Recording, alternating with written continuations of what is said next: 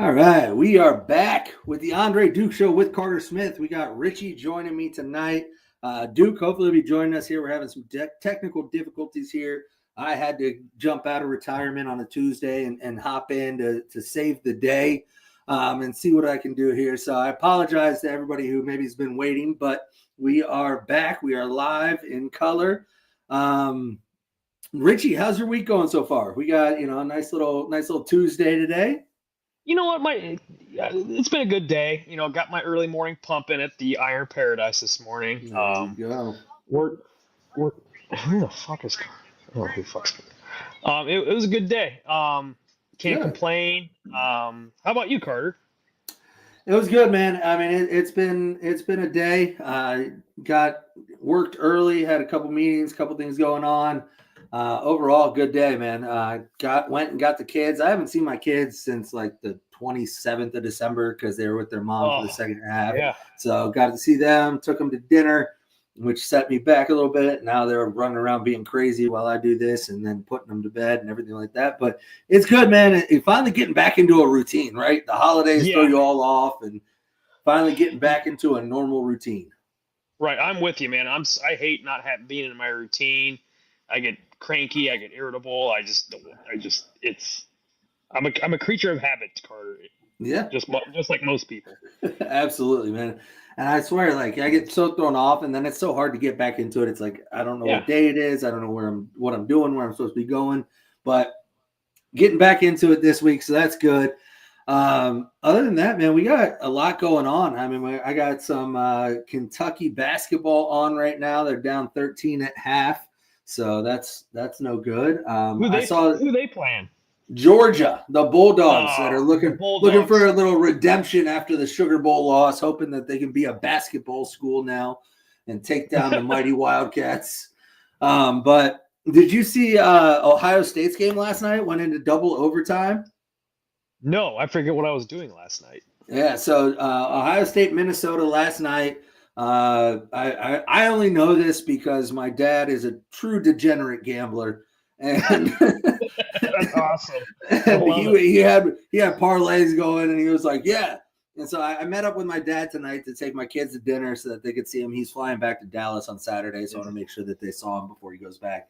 But he was telling me, he's like, yeah. So last night I had a parlay, and I was like, of course you did. Like, there's like football's over basically. Like, there's no football on right now, and you're betting on college basketball. Of course you are, but he's like, yeah, so I had a parlay, Ohio State, Minnesota. He's like, I had Ohio State, Minnesota, the over, and then Ohio State minus 4.5 or whatever it was, 3.5. And he's like, I'm sitting there and I mean, the over just has no chance. And I'm just thinking I'm dead in the water. He goes, then it goes to overtime.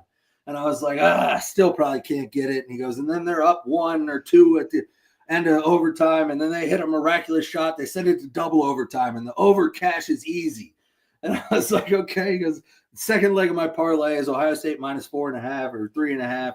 He's like, and then they're up 8 late in overtime, second OT, and I'm like, oh, thank God, this is gonna hit. And then Minnesota hits 2 prayer threes at the end, and Ohio State wins by 1, and I'd lose my parlay. He was so mad. He was cussed off. Yeah. I was like, Jesus, all right, man. Like, it's Ohio State, Minnesota basketball. What are we doing? Now, if he's a true degenerate, he'd be betting on like Mac basketball. Well, yeah. Well, then he said, but I had another parlay going at the same time with the Sacramento Kings in the NBA. Good grief, He goes, and that dude! one went to Your dad overtime. he loves his parlays, man. Can't Yeah, I don't dude. blame him. Hey, he's cooking up parlays all day, whether it's prop bet parlays, little college basketball, NBA. I think he had the Kings minus 2.5 and the over, and it went to overtime and hit. So he ended up on the night. He was happy, bought dinner. So That's awesome for your dad. That's awesome. yeah. So other than that, man, I mean, we got a lot of college football stuff coming up. Obviously, we have 2 days left until the Orange Bowl in Miami. Notre Dame Fighting Irish taking on the Penn State Nittany Lions. We'll talk a little bit more about that, I'm sure, tonight. But the one we didn't talk much about last night, the Ohio State Buckeyes taking on the Texas Longhorns Friday night at Jerry's World, and I'm hearing a lot of rumblings of Ohio State fans maybe selling their tickets and getting out of it because of the weather that's coming to town in Dallas.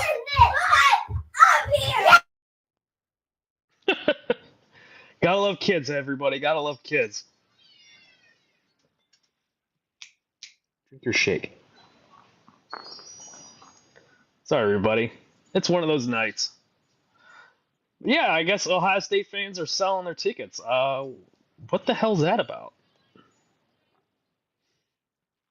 Yeah, Ryan Day's beard. Yep, that weather favors Ohio State fans traveling. They're more than tech. Kid, it's right. It's right, Sid. Kids do happen. I got my little one right here. She's sitting right here drinking her shake. Hey, drink your shake. She's watching Family Guy.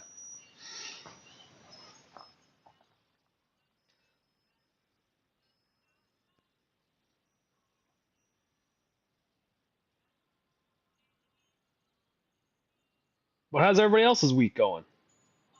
It's in the chat.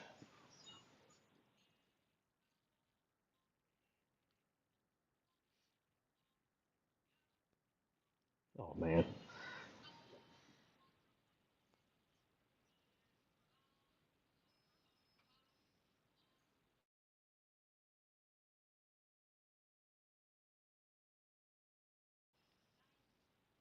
Dom, was it?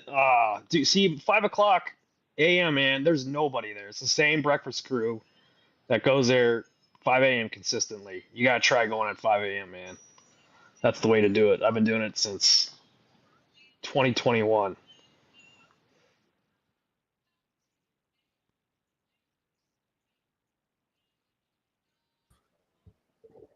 What's up, Richie? Oh, dude, Carter had a little kid emergency. Oh man, I had a uh, not letting me use my camera emergency, but I am here now. You're here live in the flesh. Carter is attending to the Three Stooges right now. But we were talking. Carter and I were talking about Ohio State selling their fans selling their tickets for the Cotton Bowl. Have you heard anything about that? There's what? With that impending storm, Ohio State fans are selling their tickets down in Texas. Why? I don't know.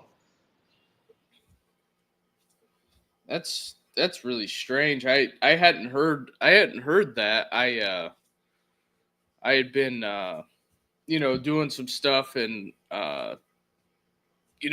some things like that, and I kind of woke up late, but I didn't hear that. I seen that Lane Kiffin is getting all kinds of grief all over the internet. Oh, is he? Oh yeah, dude. Twitter has been on fire all day for the with that Joy Taylor shenanigans. It's I just don't quite understand the whole thing in its totality, and like I've read enough of it to like I feel like it's a nothing burger just for the simple fact of I guess I don't care enough. Oh, I don't care. I just think it's funny with all the memes people are tweeting out. Oh yeah, it's been a dumpster fire on that end of it, and I just that in between that and the transfer portal, I mean, it's you can't hardly keep up with anything. Did you see Ohio State's Wilfong is predicting that kid from Georgia to commit to Ohio State, that Damon Wilson? Yeah, I think Ohio State finished second in recruiting with him. So it might be another Caleb Downs situation, to where he went to Georgia, didn't like it, Another business decision. Right. It's it's one of those wild things that you can't control. All right, sorry about that, guys. Oh, you're fine, Carter. I was BSing with Duke, just kind of nice talking with some guys in the chat. So yeah, Duke I'll just like a minute or two ago. I'll finish up my thought and then I'll get out of here and let you guys roll with it. But I heard a little bit. But the reason that Ohio State fans are selling their tickets with the weather is because it's supposed to roll in Thursday when people are flying in. I don't know if you know anything about Dallas, but they absolutely cannot handle snow. So they're afraid that they're going to get canceled flights. They're not going to be able to get to the game, all kinds of stuff like that. Oh, gotcha. Yeah, but all right, I gotta hop off and take care of these kids. But you guys have a good show. I'll be in the background probably. All Sounds right, good. sounds good, Peace. buddy. But yeah, it's one of those things that, you know, I don't think it's the end of the world that, you know, weather happens, but you kind of have the you know, you got to have a little bit of a foresight to hop on there and maybe roll down a little early. But I guess, you know, everybody wants the convenience of flying, but Right. I don't know. I mean, there is a lot of issues with people, you know, going down there, but I just feel like that, you know, it's a big commitment, and if you already have everything booked and you have the tickets bought, I mean, you're gonna, if your hotel's non-cancellation and you take a bath on the tickets, it's not gonna be a good time, as some people would say. Right. Exactly. But Like, I mean, that's kind of wild that Dallas is getting a freak snowstorm in January. Like it happens once every couple of years. It gets shitty down there. yeah, I believe so, and I just don't think that I would cancel my entire trip on um, based upon that whole weather situation. And let's say you are from at least Northeast Ohio, or, you know, Central Ohio, instead of flying into Dallas, why wouldn't you change it and fly into Memphis and just drive down, or fly into Louisiana and drive over? Yeah, that's what I was thinking. Like, at least, yeah, do some like half and half fly. You know, drive halfway or something. But, you If know, it were me, and there was a storm coming, and my dad and I were going, like, Dad, this is what we're doing. We're gonna get a flight, and then we're gonna drive. We're gonna drive the rest of the way because there's no way in hell I'm gonna miss that game. well, and, you know, some people can't be inconvenienced at all. I find it really strange that happens to some people, that, you know, they if it's not exactly at that point in time to where they can, you know, walk to the game or whatever. I just find it very strange. But we got a question here, Ryan Days Beard. What are your thoughts on, how do you think the Texas Ohio State game shakes out? I really want to see how well Ohio State their front seven does with that Texas offensive line. See how well they can get the pressure on Ewers, because you know they're hurting at tailback. The wideouts aren't anything really. They don't put the fear of God in you, unlike Ohio State's wideouts. Uh, and I think Will Howard's going to have a game. It's going to. I think this game against Texas, it's going to propel him into the first round in the NFL draft. I think he's going to possibly be talked about in Ohio State lore. You know, building his legend, building his credibility for playing at Ohio State. Because you know all those guys at ESPN Cleveland were talking all that shit about him, saying he's not a Buckeye. He's only been here 5 months. This, that, and I think this is going to be another big game for him come Friday night. I Go ahead, Duke. I think that you know, Will Howard has an opportunity to go down in Buckeye lore, and he has the opportunity, as long as he plays a clean game. Everybody plays a clean game going into the Cotton Bowl. I don't think Ohio State has anything to worry about. The one thing that does worry me is, I feel like Sark is one of the top play callers in in college football. He's good at disguising things, running things out of different formations, and I think that he's going to be prepared. He's one of the top play callers. He's cooked Ohio State before. I get it. It was Kerry Combs, but, you can't sleep on the fact that Sark is going to have some type of plan that's going to be outside of the box. Right. So I'm just wondering, what does Sark have dialed up, as far as that, where that is. I think it's going to be an interesting endeavor. It's going to be interesting. And then Sid here's got Penn State fans are really cocky. Yeah. They're Penn riding State, high a little bit. well, I think that Penn State in their wildest dreams never thought that they would be in the position that they're in. As far as that goes, I think that I think Penn State has. I mean, I think this is the ceiling for James Franklin at Penn State. Yes, I agree. And as far as where that program is at, I think that you're bumping on the ceiling. Can he get over the hump? I don't know. I don't think Penn State has good wide receivers. I don't think they have good enough wide receivers, and we've already seen Ohio State, Penn State,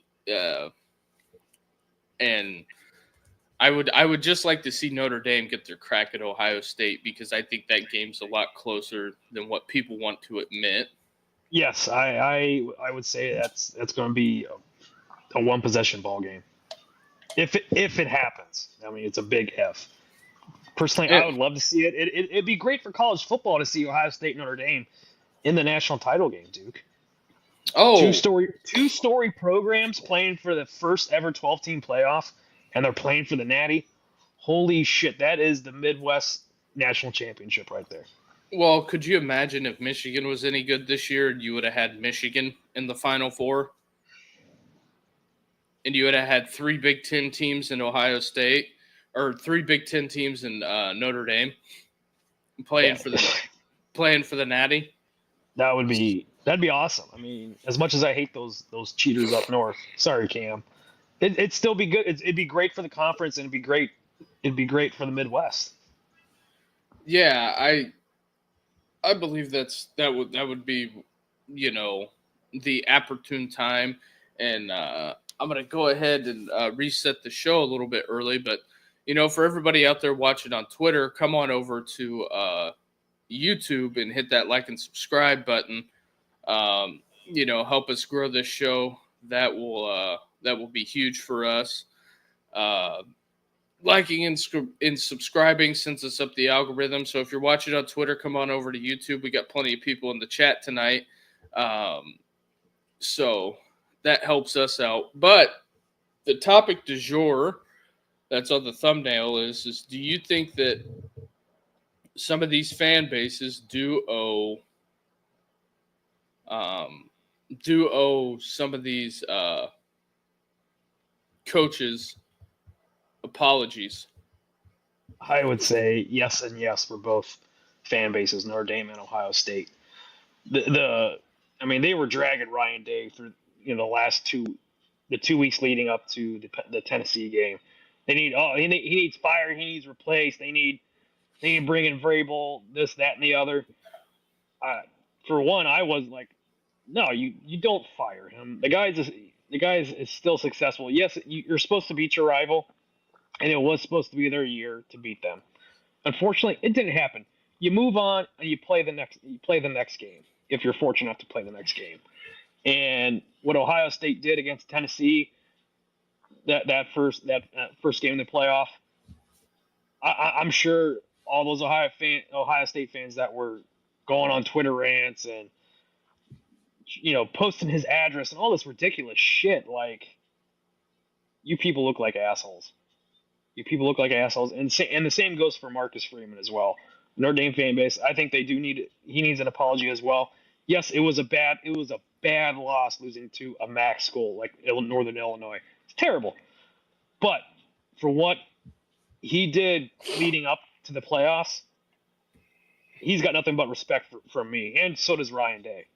I think that loss to that team up north was trying to reshift the focus for Ohio State, because all year people were saying, "Oh, this is the best roster in college football. These guys are natty or bust, natty or bust." It's not that simple, people, and you're going to have bumps in the road. And look what that 2014 team at Ohio State did against Va Tech. Yeah, that's one part of it, and I also find it very interesting on how everything has shaken out, as far as the Ryan Day firers have somewhat seemingly all disappeared. The Marcus Freeman detractors have seemingly disappeared. Especially the Mario Cristobal people have rolled up the hill that they were dying on and shuffled off, which is very, very interesting to me. It's like I said, some of these teams have had the highest of highs and the lowest of lows, that they've been able to rewrite the wrongs on the fields, like as far as Notre Dame and as far as Ohio State. So I think that these two teams are galvanized the most, because they've dealt with tremendous pitfalls, as far as Ohio State losing to Michigan, and I don't count that Oregon loss, really. I mean, it was 1 point on the road at their place. Right. And that terrible offensive pass interference call on JJ.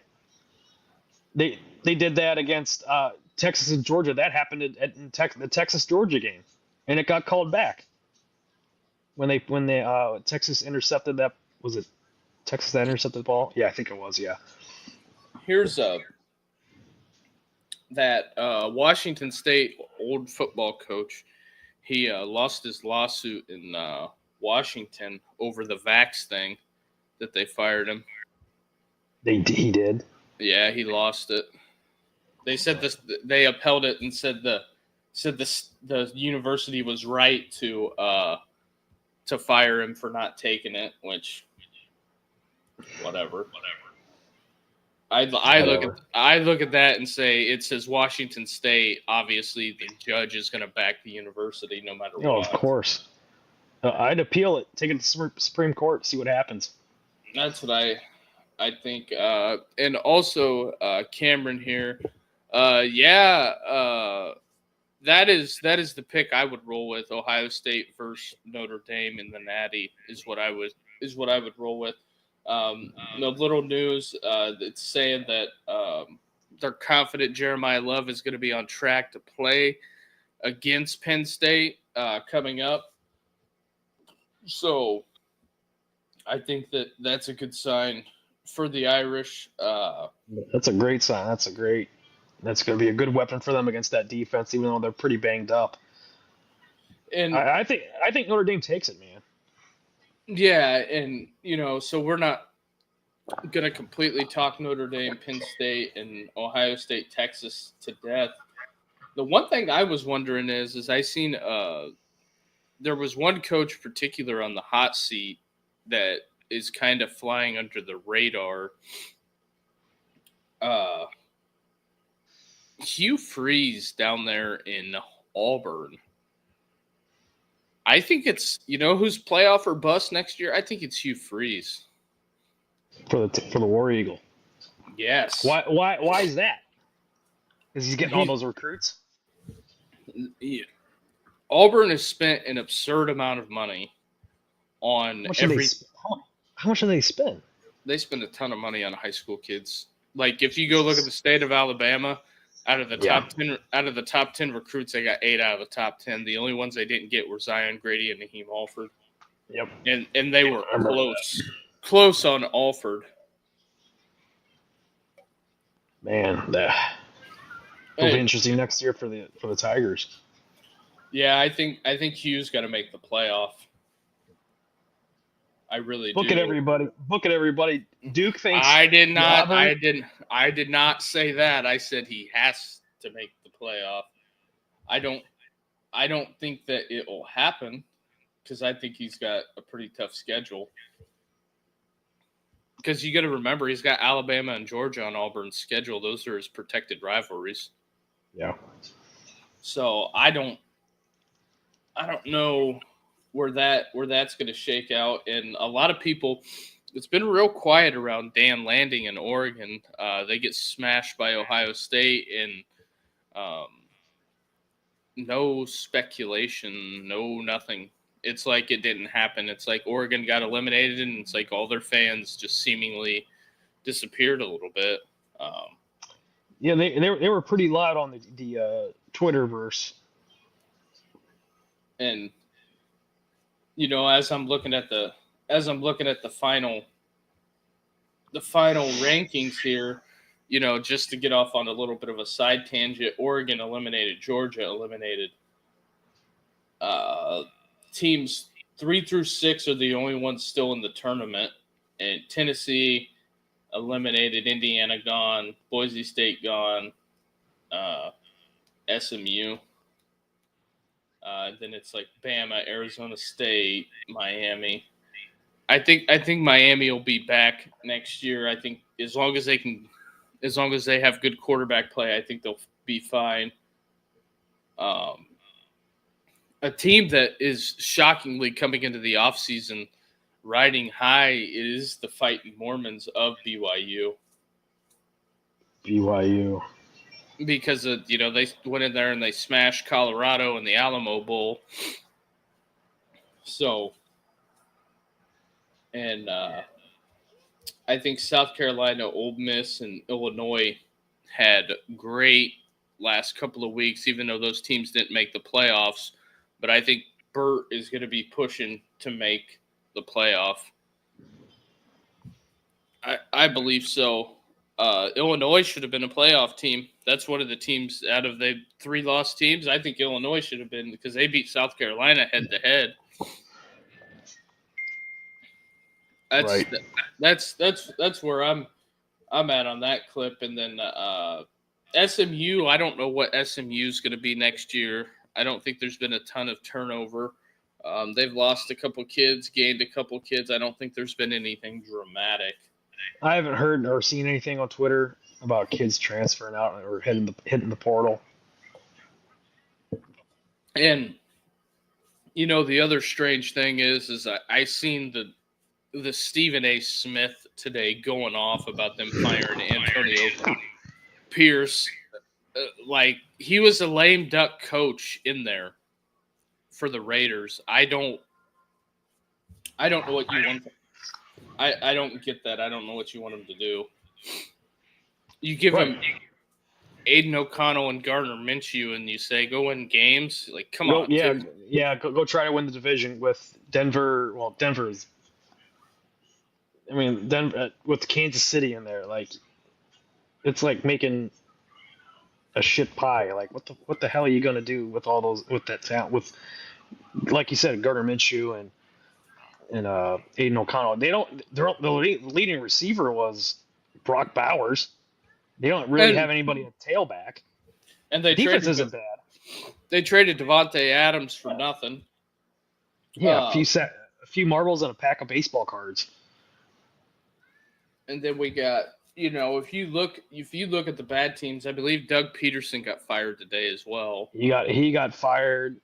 I think he's been overrated as a coach because he went on that one Super Bowl run with Philly and Nick Foles. I didn't think he's anything special. I mean, he won the Super Bowl. He won something. He got over the hump with the Eagles that Andy Reid couldn't do. So maybe it was the quarterback in Philadelphia. You paired him with Mahomes, and Andy Reid's got a fistful of rings now. Yeah. Well, Andy Reid had McNabb in the early 2000s. They went to the NFC title game like 4 or 5 years in a row. And the only Super Bowl they went to was Super Bowl 39? Yeah, 39.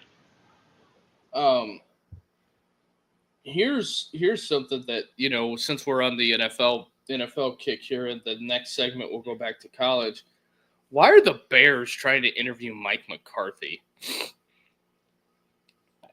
I don't know why. I saw that yesterday. They asked for permission to interview him. I'm like, why the hell would you want to interview him? I mean, he's been kind of mediocre at best with Dallas. They've only had one playoff win against Tampa Bay. That was back in 2023, 22. Well, it's 22 and then 23 playoffs. Yeah. Yeah, I don't understand that. And the thing, if I'm the Bears, the obvious choice here is hire Brian Flores. Hire that guy. Hire him. I agree with you. Get him. Hire Brian Flores to where there's no major because I think they're going to hire Kingsbury or Lincoln Riley or somebody of that clip. I think they're going to try to hire some offensive guru. But I think Brian Flores will get rid of – I think he'll get rid of Caleb Williams. I think he will. He's not going to poop this bullshit. Yeah, I think the fingernail painting and all that shit, like if it was any indication, like Tua couldn't handle Brian Flores, what do you think he'll do to fucking Caleb Williams? Oh, he's going to ship him out to the UFL. That's what's going to happen. I mean, Caleb Williams will be a mental cripple and probably won't be able to leave his dog in his apartment after Brian Flores gets done yelling at him. Oh, he'll motherfuck him up and down the sideline. Because, I mean, Tua could barely handle it, and, I mean, Tua dealt with Saban. Yeah, I don't know who was worse, Saban or Flores. I think Saban will be worse. I think Flores is, but, guys that are just purely NFL guys, they completely, they'll sit there and motherfuck you, and they don't care. I mean, No, at the NFL level, like, I mean. You don't do what you're supposed to, your ass is cut.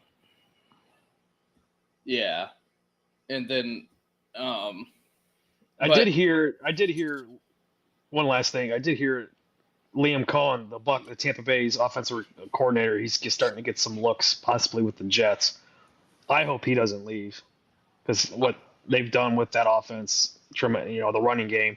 The running game's been abysmal the last 3 or 4 years down in Tampa, and Bucky Irving had 1,100 yards as a rookie. Okay, somebody riddle me this. Why does anybody want to go to the New York Jets for anything? I don't know. It has not worked whatsoever at all with the Jets. At all. The last great coach was Rex Ryan, and they fired him, and they were interviewing him.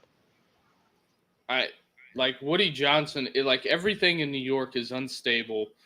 There's nothing that's concrete. I just feel like that anytime the Jets touch anything, it goes from sugar to shit in the New York minute. Yeah. Oh yeah, definitely. I agree. So, and then the ESPN comes out today and was Mina Kimes, cover 2 Mina Kimes of all people, were on the clip of, well, Antonio Pierce had no quarterback. Well, no shit, he didn't have a quarterback. So it sounds like to me they gave him the job and they were going to fire him and hire somebody else from the beginning. Yeah. Who that is, I don't know. I wouldn't be shocked if they went out and hired an offensive guy. I mean, that would just be the most Raiders thing ever. It would be. Between the Jets, Raiders, and Browns, I don't know who fucks more stuff up. I would say Browns 1, 2, Jets 3, or Jets 2, Bears 3. I think they're going to on this segment, we'll close it out with this. I think they're high. I think they're drafting Shedeur Sanders. Who? The Browns? Yeah. I don't think that's going to happen. Deion's not going to let it happen. I don't think Deion's going to have a choice. Because they don't have any leverage. No. Well, we'll wait and see in about 3 months. I think he goes to New York. I think he goes to the Giants. Do the Giants draft him? But I think him and Daboll would be a good fit.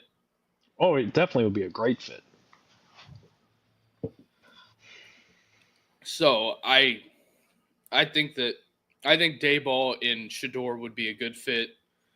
I think they could get some things done. You already have Malik Neighbors. Just pick him one. Don't overthink it. Right. The Titans. Well, I guess Titans have the first pick, and I think you could package something together with future picks and go and just. I think that the Giants have to get a quarterback. I don't think drafting a receiver is going to drafting Travis Hunter at 3 is going to fix anything. And then Carter was saying yesterday that the Browns are looking at a tackle. Okay. But if you're Tennessee, you hold all the cards. The Giants obviously need a quarterback. Will the Browns go draft a quarterback? Who the hell knows what's going on in Cleveland?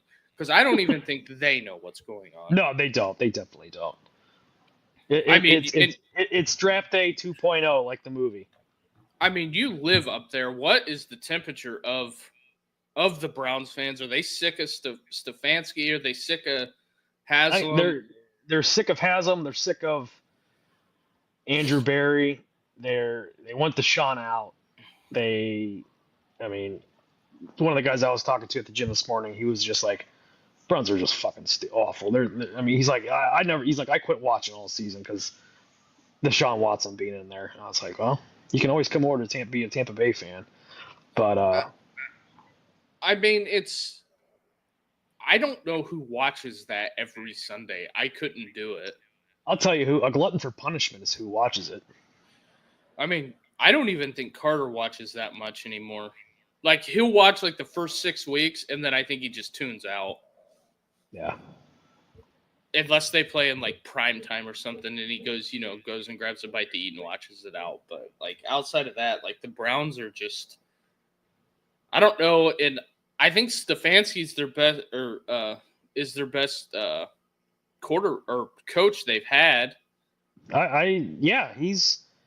He was an offensive coordinator for, between 14, 15 years with Minnesota. Yeah, and that's how you do it. I mean, that's how you get somebody that's been a coordinator for so long to be a head coach. You just don't get somebody that's promoted to OC, then you hire him because he's the hottest name. You gotta get somebody that's been there. It's been through the rigmarole with in and out seasons. Because here's in the other side of that coin is I think Tennessee will draft Cam Ward. My cousin's a big Titans fan. I said they're either drafting Travis Hunter or Cam Ward. He's like, no, I don't want Cam Ward. Nope, not happening. I'm like, Sean, they need a quarterback. Will Levis sucks. Yeah, I don't unless they go offensive tackle first. But who's the top rated tackle? I think that kid from Texas. Oh, I gotta look at the mocks.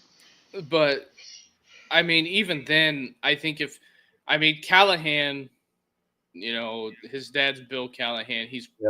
But I think having a 10-year solid tackle will solidify, the offensive line and bring some type of stability. Do I think this is the greatest quarterback class ever? No. But I heard the guys from MPW Digital talking today. They said go offensive line and draft Jackson Dart in the second round. It's kind of like a 2-for-1. You get a solidified offensive lineman and then a bona fide offensive lineman if everything goes well, and then you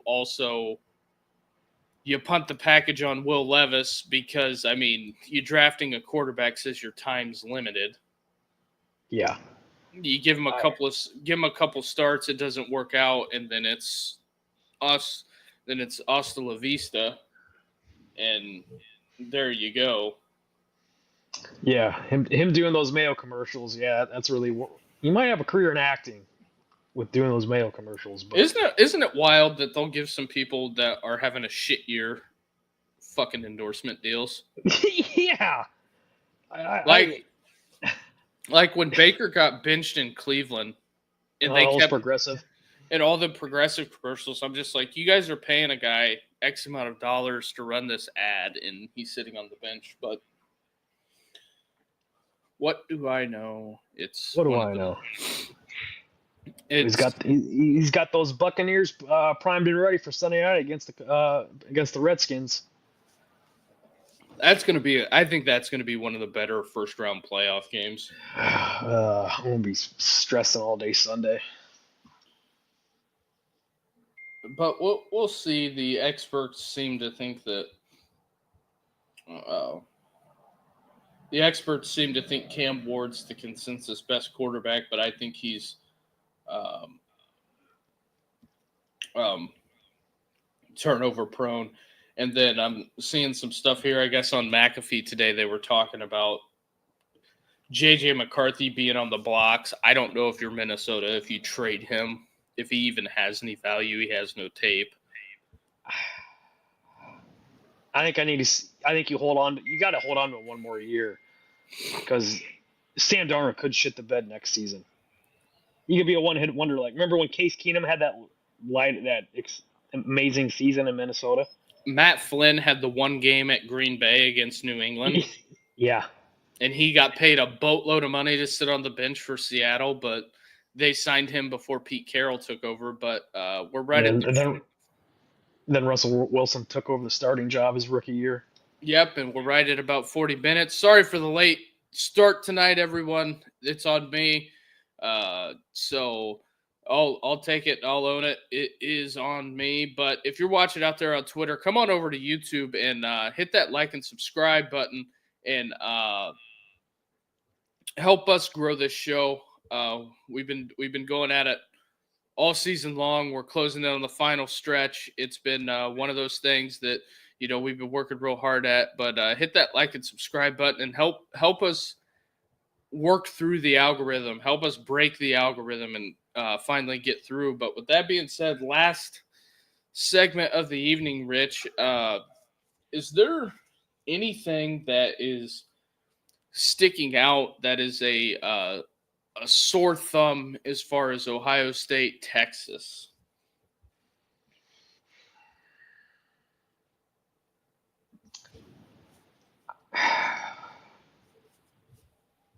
Let me think here.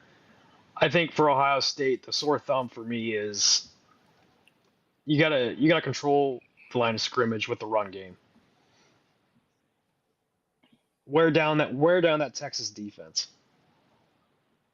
Do you think Make them stack the box, then hit their asses deep to one of the three wideouts. Do you think that this is a game where Travion Henderson or Quinshon Judkins has a big night? I think so. I think Q's gonna have a big. I'd love for Q to have a big game. How many yards did he have last week against Oregon?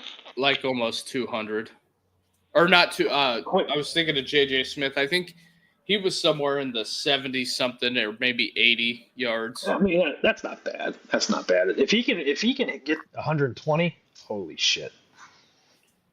I think one of the X factors for Texas is going to be the Golden kid on the outside. He's got 9 touchdowns this year. I think he's going to be one of the guys that can separate themselves and possibly be a playmaker, get loose, but it's all going to be up to him.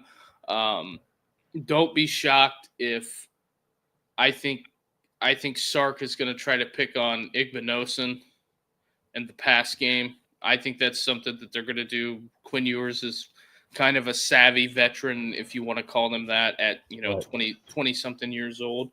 I don't want to see the defense get lax. I want them to be playing like they did against Oregon. Hit, those backers hitting the A gaps, blowing up the blocks.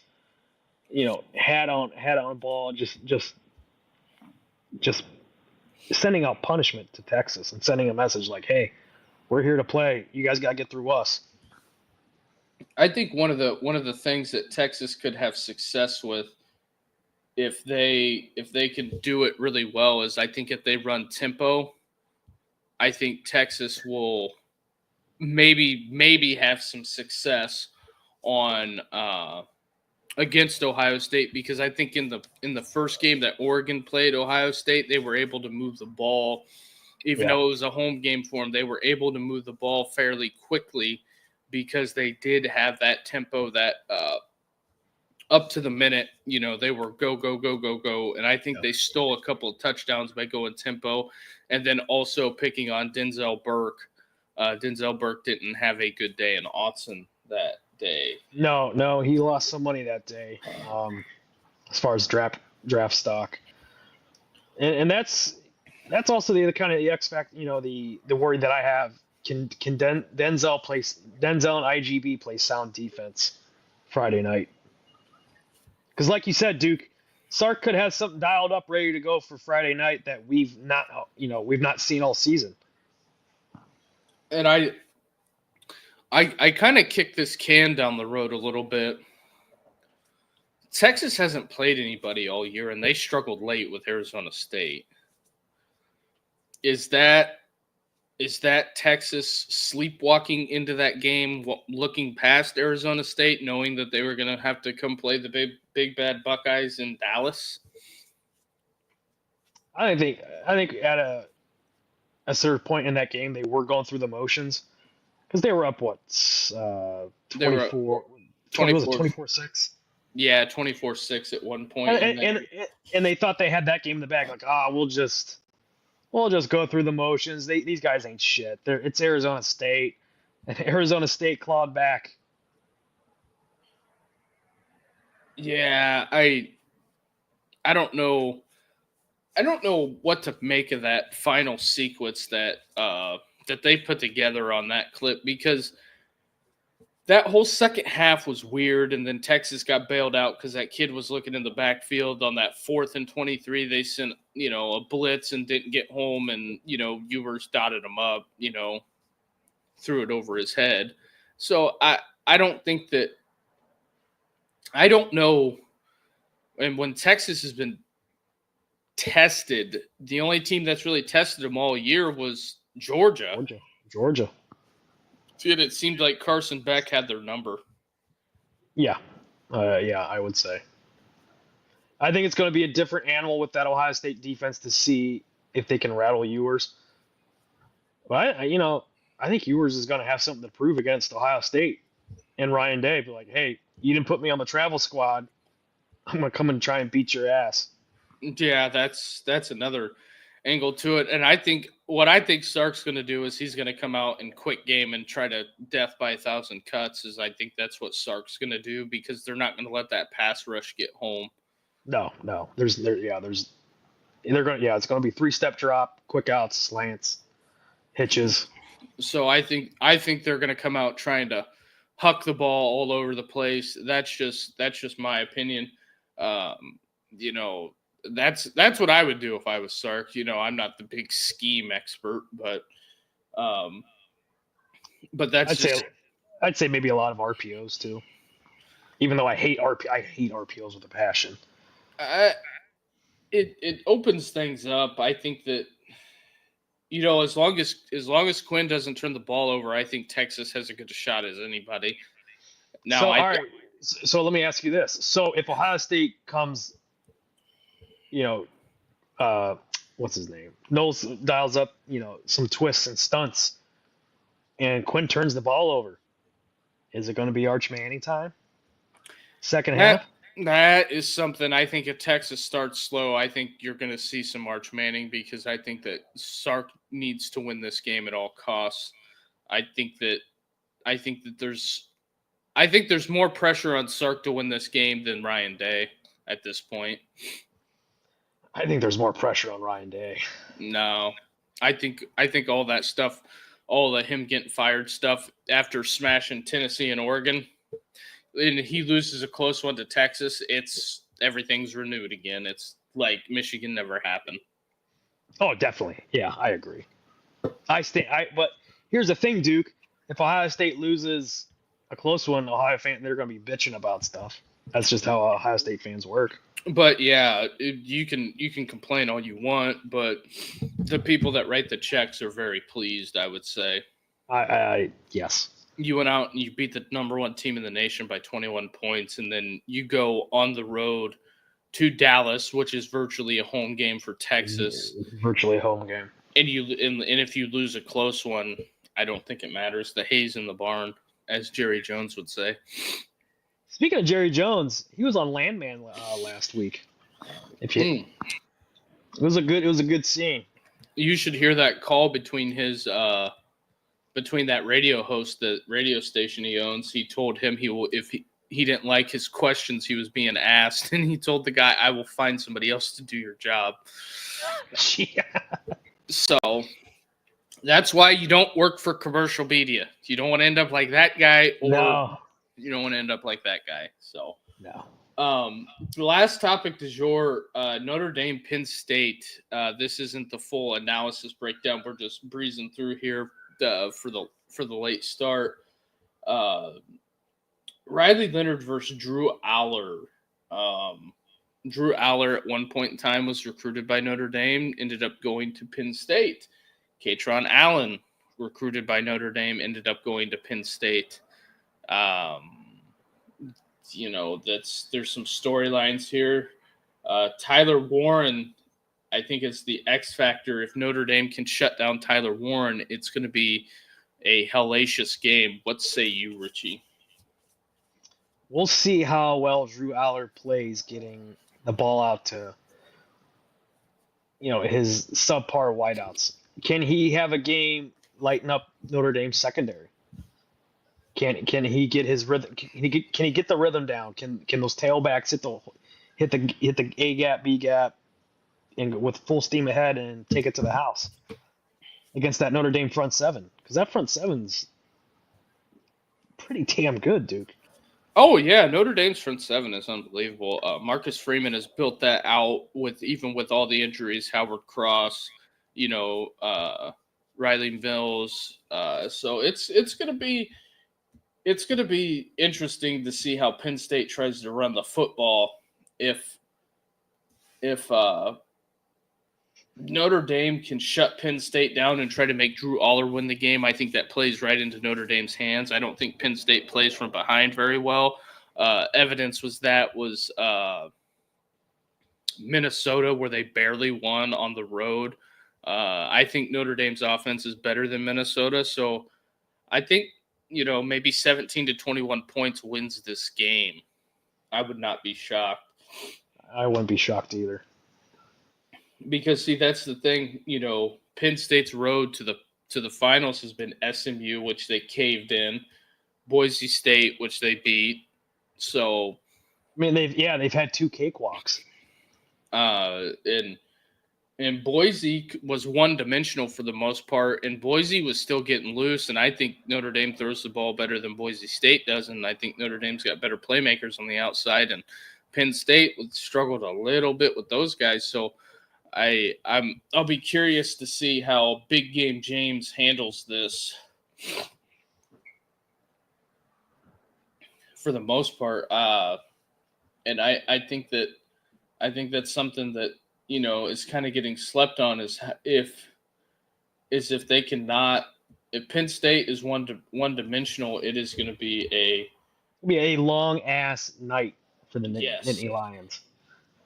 And I'm going to go on a limb here. Riley Leonard throws 3 touchdowns, 285 yards. Rich, I love you, but put down whatever gummies you're eating. I was only eating nerd gummies tonight.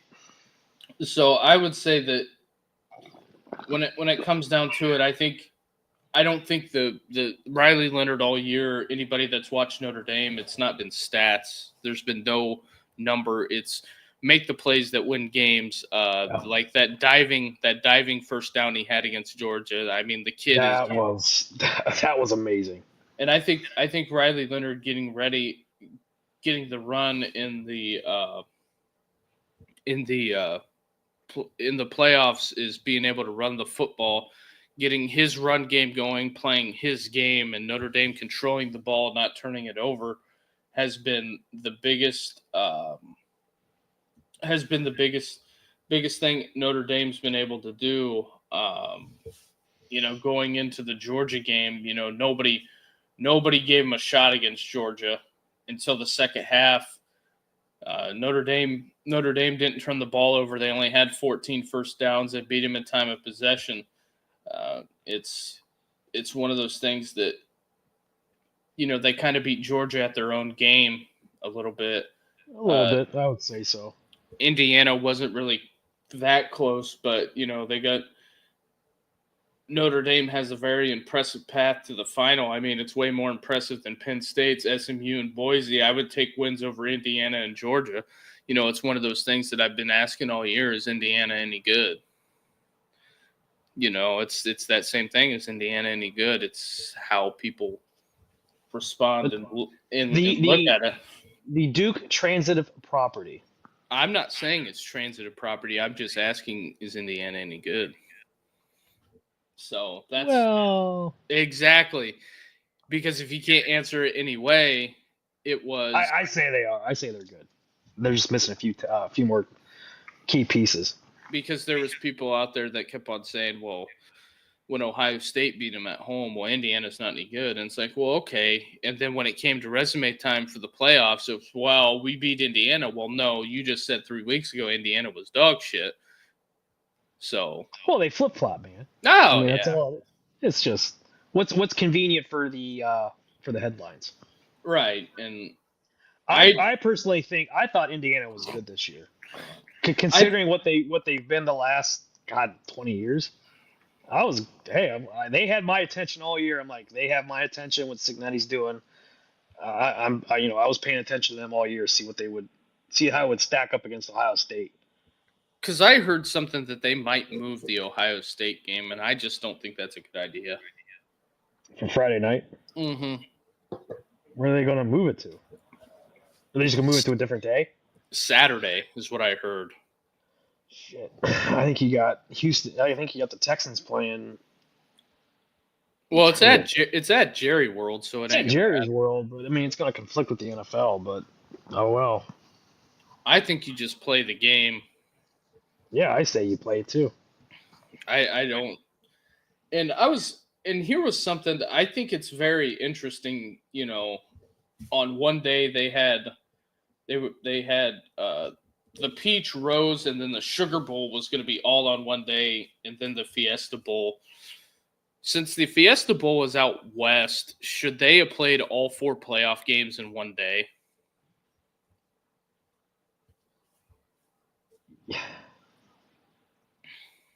I mean, how could you do that though? Because you could have had well, no, because of the locations, you got 3 on the West Coast and 1 on the East Coast. You could have had the Peach Bowl kick off at noon, and then start everybody else. Have a 3:30 kick for the Sugar Bowl, and then have a 7. Well, no, probably an 8:00 kick for the Fiesta Bowl, and have the Rose Bowl start at 10, but I don't know. I don't think that would get good numbers. It won't get good numbers because, people got to work the next day. And if it was Ohio State, Oregon, damn well people are going to stay up and, play hooky the next day. I don't know. I kind of like 3 games in one day in every time slot. I agree with that as well. I think that's a smart approach to having those bowl games on those 3 time slots.